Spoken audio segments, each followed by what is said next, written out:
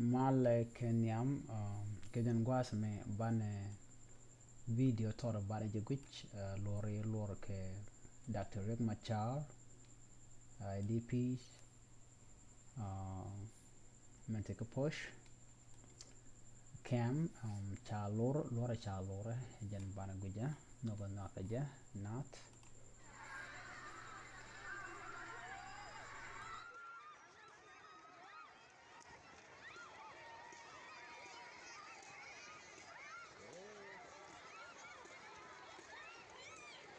de yen tur na guja gwar de na tane ke warin na ka de yen pe ka fa di na ne to man long ne ngwaje di na guj ngwaje ni na ni na kwala ngwaje gwa da nan te tin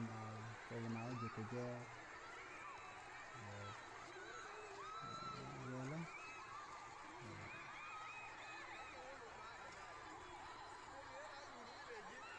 jannat ena bani makelo diyan men wona tani ni tani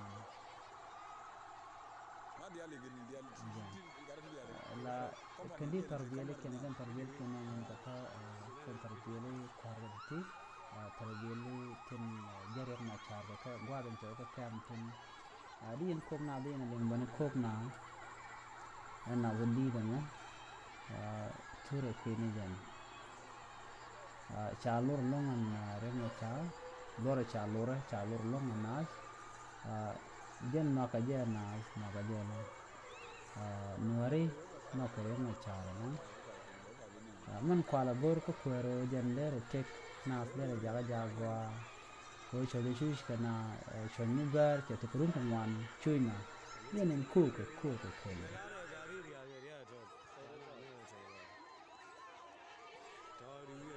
gojaja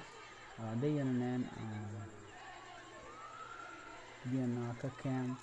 kuna le gwada nan tire machar ke gwada bora tire yan peg no ka chalo mun na ka yu lor mu di yenen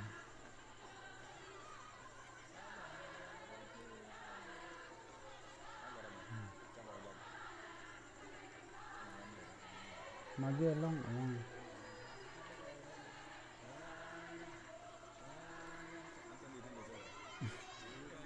kurna